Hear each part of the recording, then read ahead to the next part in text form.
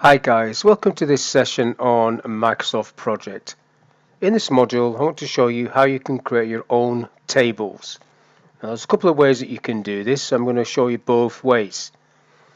So first of all, let's have a look at what we have already. If I go to the View tab and select Tables, you can see I've already created all these tables. These are the built-in tables, so quite a lot of people are not aware that these exist. So before you create your own table, have a look at what's already there. Now the ones that I use mainly are these two, cost and entry is the default one where you use to which you use to populate your information. Once I've saved a baseline, I then go onto the tracking table on the tracking Gantt, not this Gantt. So I'll put that back to entry, so I'd fill it in there. Then I come down here and get onto the tracking Gantt and then change this table, which I already have done, to the tracking table, and then I would insert a few fields. Now I recommend that you don't really change these preset tables, don't add columns into them, because then you can't get back to them, or you can, but then you have to delete everything. So these three columns, I've added these to the tracking table. What I should have done is create my own table and then add the fields to it from there. So when you do make a change, you have the option first of all to save these new fields as a new table. So I've added these, and then if I go save, I can call that Steve's tracking. So I'll save that as Steve's tracking, and then if I get rid of those three columns that I've actually inserted, this is now back to what it was. And then if I go to tables, Steve's tracking is there. In fact, I shouldn't have done that. Let's do it on that, undo that, bring them back. Let's just go to the tracking table and change that one. So delete those three. So it's the tracking table that is back to how it was. If I go to Steve's tracking and bring these three back again. So that's one way of doing a table. So you basically, if I insert a column, so let's just right click and insert a column. So say I've got percentage complete already there. Let's put actual cost in there, nothing. So I've added an extra column. Now I want to see that is coming under Steve's tracking, but if I wanted to save this as a different table, I could save this again in the same way I just did as a different table. So I'll call this Steve's cost. Okay, and then if I go to Steve's cost, go back to Steve's tracking and get rid of that column, and then you can see I've got the options there to select Steve's cost, brings that back. Steve's tracking has these three but not the cost, and then if I want to go back to the default one, tracking, I'm back at this where there's one field missing there, percentage, physically percentage complete is normally in this table. I'll just insert that actually.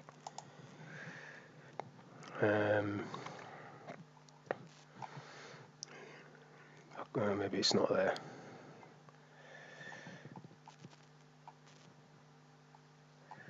Can't find it, not going to spend hours, but there is another column. Oh, there it is. That's normally there, and it's normally like that. Percentage complete and physically complete are part of that table. So I'll go back to the cost table. There's a cost table, and nothing's been added onto that. Now, another way of creating a table, a new table, is doing it through the More Tables option at the bottom and then go in New. So now you're starting from scratch. You haven't got any columns. So I'll call this Steve's main table. And I would always create my own little tables, and I'm going to tick that by the way. There's some great information in these tables, but sometimes the bits and bobs are in different tables and you're flicking between these all the time, where if you create your own, you've got a few tables where most of your stuff sits. So I'll go for ID, always a good thing. Name, that's going to be the task name. Left aligned,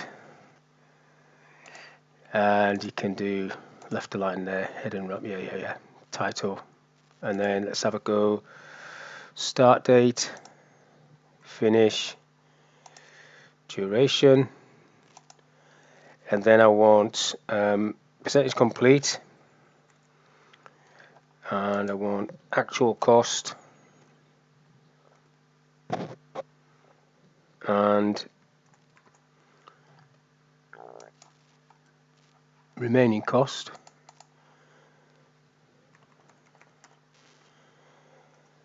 and let's have resources as well. Resource name, I'll do. Everything's left aligned. You might need to play around with the width and everything like that. Column, first column's locked, which is the ID column, which is this one. And you can leave these auto adjust header, row heights and things like that. It's up to you how you do that. And then I've already ticked that, so if I click OK and then apply, I'll get that information appearing. Alright, so 10 characters. Maybe I needed a bit more than 10 characters there, and definitely don't need it that wide. So you can see how I've got everything in there. Percentage complete, actual cost, remaining cost, and resource names, like so. So you can do that, and if I don't want that table, I can just go back to the entry table, or I can then flick between any of these tables that I've created, Steve's tracking table or the normal tracking table, and it gives you a great set of cards, if you like, that you can flick through quickly to get to the right sort of data set that you want to look at and manage your project. So creating tables, your own tables from scratch, probably I would go for as the option, rather than editing like I did earlier on, just inserting columns, because you can get a bit mixed up and you can actually forget what was on the default. Now if you need to get rid of these tables, so I've got quite a lot here that I need to probably get rid of. When you go into more tables, you can go to organizer, and then you can start looking at these. These are all your tables. I'm on tables, so this is what I've just been doing there. So let's get rid of, let's delete that. Yes. Steve 1, I'll delete. Yes. And Sax, I don't know what that is, but I'll delete it. And then these are ones that are in the global template, so I've copied these across. So you could copy that one across and it sits in the global one, so it's going to be available in any project file that you open. So you can delete these as well. So I'm going to delete some of these S1 tables. Yeah, and delete. And then these are just ones I've done for other sessions, so I can just get rid of them. They're not really relevant. Delete. And I'll just leave those, and I will push this one across. So I'll copy it across. Can't. Oh, it already exists. Does it? Oh, it's already there. Steve 1, I don't want that. Delete. But if any of these aren't already across, you can just copy them over. That's what this is about. Applies the same with views. Got different views. These sitting down here. S1's there, I don't want that. Delete. Yep, I don't want that. Delete. And so on and so on. Tables, filters, calendars, maps. If you've saved any maps when you've been sending things to Excel and things like that, you can get rid of them there. These fields, these sit in this database, and any groups that you've created. Okay, so that's how you create tables, how you delete tables, how you move tables. So hopefully that was of use, and thank you for your time, and I will see you on the next one.